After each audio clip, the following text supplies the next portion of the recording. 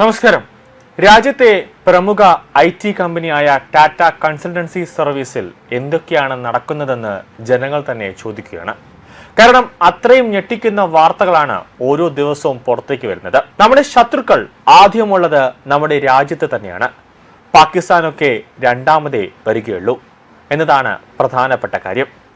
TCSന്റെ നാസിക്കിലുള്ള BPO യൂണിറ്റിൽ വനിതാ ജീവനക്കാർക്കെതിരെ ലൈംഗികമായ ഒരു അതിക്രമവും മതപരമായ മതം മാറ്റത്തിന് നിർബന്ധിക്കലും നടന്നതായി പരാതികൾ ഉയർന്നിരുന്നു.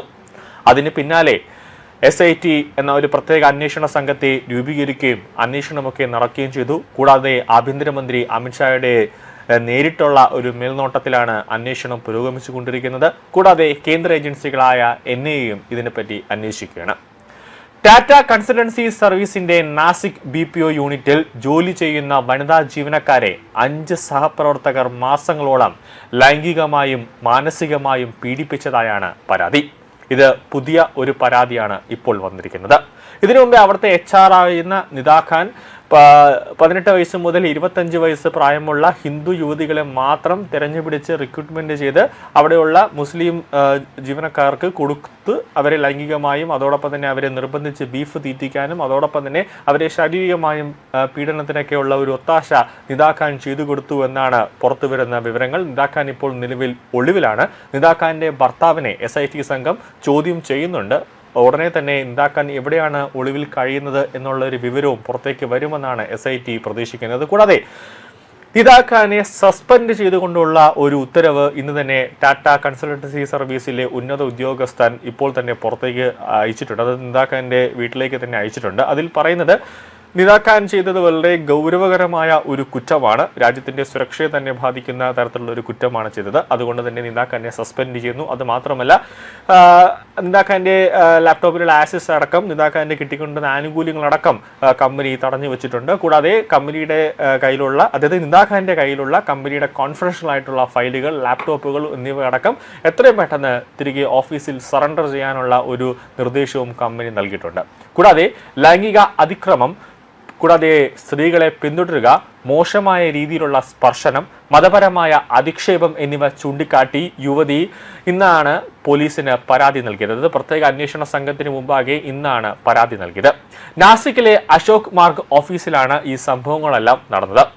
ഷാറൂഖ് ഖുറേഷി, റാസ മെമൻ, ആസിഫ് അൻസാരി, തൗസിഫ് അഥാർ, ഷാഫി ഷെയ്ഖ് എന്നിവർക്കെതിരെയാണ് പരാതി നൽകിയിരിക്കുന്നത്. സംഭവത്തിൽ ദേശീയ വനിതാ കമ്മീഷൻ അന്വേഷണത്തിനായി വസ്തുതാ അന്വേഷണ സമിതിയെ നിയോഗിച്ചിട്ടുണ്ട്.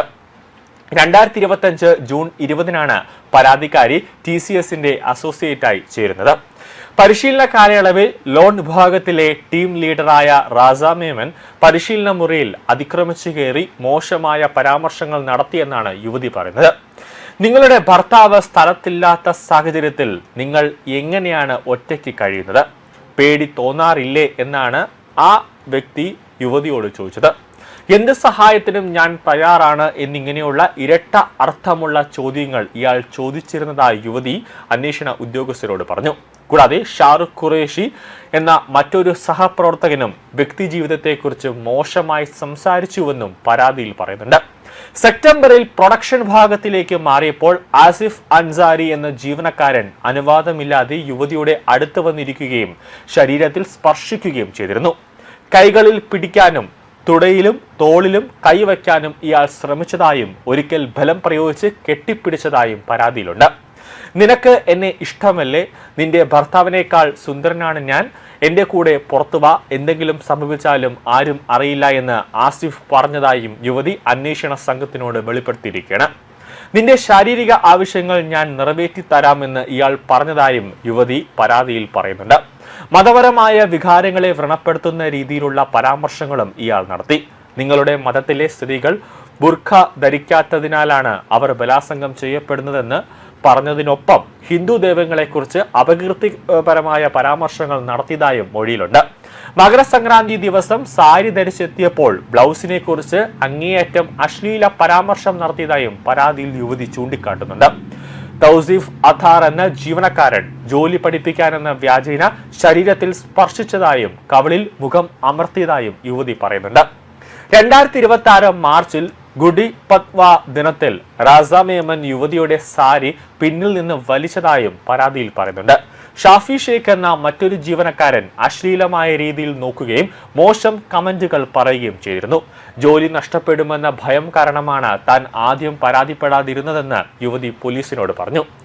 ബലാത്സംഗം, നിർബന്ധിത മതപരിവർത്തന ശ്രമം തുടങ്ങിയ ഗുരുതരമായ ആരോപണങ്ങളും TCSലെ മറ്റു ചില ജീവനക്കാർക്കെതിരെ ഉയർന്നിട്ടുണ്ട്. ആരോപണ വിധേയരായ ജീവനക്കാരെ TCS സസ്പെൻഡ് ചെയ്തു. ഇത്തരം പ്രവണതകളോട് വിട്ടുവീഴ്ചയില്ലാത്ത നിലപാട് ആണ് കമ്പനിക്കുള്ളതെന്നാണ് TCS വ്യക്തമാക്കിയത്. ഇനി NIAയുടെ അന്വേഷണത്തിൽ വരുന്ന പ്രധാനപ്പെട്ട കാര്യങ്ങൾ എന്ന് പറയുന്നത് ഈ TCSലെ ഈ മുസ്ലിം ജീവനക്കാർക്ക് ഇത് ചെയ്യാനുള്ള ധൈര്യം അല്ലെങ്കിൽ ഇവരുടെ പ്രധാനപ്പെട്ട അജണ്ട എന്താണ്, ഇത് പാകിസ്ഥാനുമായി ഇവർക്ക് ഏതെങ്കിലും തരത്തിലുള്ള കണക്ഷൻ ഉണ്ടോ, അല്ലെങ്കിൽ TCSലെ മുഴുവനെയും മുസ്ലിം ആക്കി മാറ്റുക അല്ലെങ്കിൽ അവരെ മൊത്തത്തിൽ ഒരു മതപരിവർത്തനം നടത്താൻ പാകിസ്ഥാനിലെ ISI അടക്കമുള്ളവരുടെ കയ്യിൽ നിന്നും സഹായമോ അല്ലെങ്കിൽ എന്തെങ്കിലും ഫണ്ടുകൾ ഇവർക്ക് എന്തെങ്കിലും കിട്ടിയിട്ടുണ്ടോ എന്നടക്കമുള്ള ഒരു വിശദമായ ഒരു അന്വേഷണമാണ് NIAയും IBയും ഇപ്പോൾ നടത്തിക്കൊണ്ടിരിക്കുന്നത്. SITയുടെ ഓരോ ദിവസത്തെയും റിപ്പോർട്ട് അനുസരിച്ചാണ് NIA വലിയ രീതിയിലുള്ള ഒരു എൻക്വയറിയും അതോടൊപ്പം തന്നെ അന്വേഷണവും നടത്തിക്കൊണ്ടിരിക്കുന്നത്.